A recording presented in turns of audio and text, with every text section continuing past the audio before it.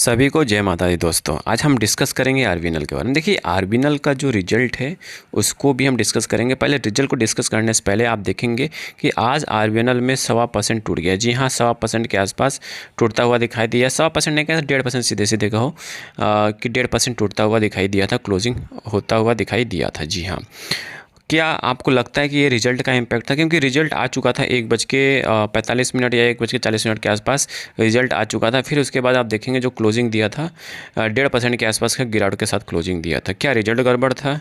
ऐसा हुआ क्या था कि आरबीएनएल के स्टॉक्स में सेलिंग प्रेशर लास्ट मोमेंटम में देखने को मिला? चलिए सब कुछ डिटेल में बात करेंगे इस वीडियो में। वीडियो कंटिन्यू करने से पहले हम आपको बता दूँ, इस वीडियो में कोई बाय सेल का रिकमेंडेशन नहीं है, जस्ट एजुकेशन पर्पस से इन्फॉर्मेशन को शेयर किया जा रहा है। तो आप देखेंगे इस क्वार्टर की बात किया जाता है, इस क्वार्टर में आप देखेंगे रेवेन्यू की बात किया था तो 4,321 करोड़ के आसपास का रेवेन्यू जनरेट किया था। वहीं पिछले साल के सेम क्वार्टर में देखेंगे तो 3,908 के आसपास। देखिए यहाँ पर रेवेन्यू ऑपरेशन देखेंगे तो रेवेन्यू और ऑपरेशंस पे यहाँ पे आप देखेंगे 10.5% से 11% के आसपास का उछाल देखने को मिला, जो अपने आप में बहुत ज़बरदस्त है। बट Q4 में देखेंगे तो Q4 के नंबर के कंपेरिजन में इस बार का नंबर कम आता हुआ दिखाई दिया है। ठीक है, ये चीज़ें आई थिंक इतना चीज़ें आपको समझ में आ चुकी है। अब हम बात करते हैं, देखिए यहाँ पे हम एक्सपेंसेस की बात नहीं करेंगे, ना ही टैक्सेस की बात करेंगे, क्योंकि क्या है कि एक्सपेंसेस प्लस टैक्सेस, जी हाँ, एक्सपेंसेस प्लस टैक्सेस क्या करता है प्रॉफिट को खा जाता है। जी हाँ, प्रॉफिट को खा जाता है। हमें यहाँ पे एक्सपेंसेस से नहीं मतलब रखना, हमें पैट से मतलब रखना है, प्रॉफिट से मतलब रखना है, एबिटा से मतलब रखना है कि कितना हुआ है। जी हाँ, तो यहाँ पे आप देखेंगे प्रॉफिट की बात किया जाए तो प्रॉफिट में आप देखेंगे नेट प्रॉफिट जो जंप देखने को मिल रहा है उसके बारे में हम डिस्कस करेंगे। तो यहाँ पे आप नेट प्रॉफिट देखिए, नेट प्रॉफिट में आप हम साफ साफ दिखाई दे रहा है, ये रहा नेट प्रॉफिट।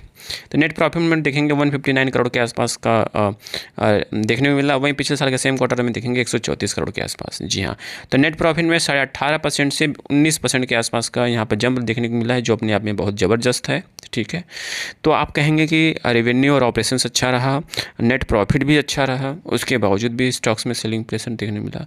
ऐसा हुआ क्या? देखिए क्या होता है कि मेन होता है सेंटीमेंट। जी हाँ, कहीं मार्केट का सेंटीमेंट पॉजिटिव रहा, फिर उसके बाद कहीं रिजल्ट आता है और रिजल्ट में कहीं अच्छा रिजल्ट आता है तो वहाँ पे क्या होता है, तेज़ी देखने को मिलता है। और दूसरा मोमेंटम, मैं आपको एक चीज़ और बता देता हूँ, जितने भी PSU स्टॉक्स हो चाहे रेलवे स्टॉक्स हो, वहाँ पे मोमेंटम बनता है। किसी एक का रिजल्ट अच्छा आता है, मोमेंटम पॉजिटिव है, तो वहाँ पर मूव आपको जरूर देखने को मिलेगा। बट यहाँ पर क्या था, सेंटीमेंट नेगेटिव था, इसके वजह से सेलिंग प्रेशर भी देखने को मिला था। जी हाँ, वही हम बात करते हैं एबिटा की बात करें तो एबिटा में यहाँ पे सीधे देखने को मिल रहा है, जहाँ पे 156 करोड़ के आसपास था वो मूव होकर 185 करोड़ के आसपास हुआ, जो अपने आप में बहुत ज़बरदस्त है। ठीक है, तो ऑल ओवर देखा जाए तो ऑल ओवर आप देखेंगे कंपनी का जो रेवेन्यू था, जो पैट था, मतलब नेट इनकम था, एबिटा था, सब कुछ ज़बरदस्त आता हुआ दिखाई दिया था। बट उसके बावजूद भी आप देखेंगे यहाँ पे सेलिंग प्रेशर देखने को मिला था। तो आई थिंक आपको समझ में आया होगा कि ऐसा हुआ क्यों था। क्योंकि ऐसा नहीं है कि रिजल्ट अच्छा आ गया तो मोमेंटम और तेज़ी बन गई, उसके पीछे का भी रीज़न ये होता है कि मार्केट का सेंटीमेंट भी पॉजिटिव होना चाहिए और सेक्टर का सेंटीमेंट भी पॉजिटिव होना चाहिए। ध्यान दीजिएगा।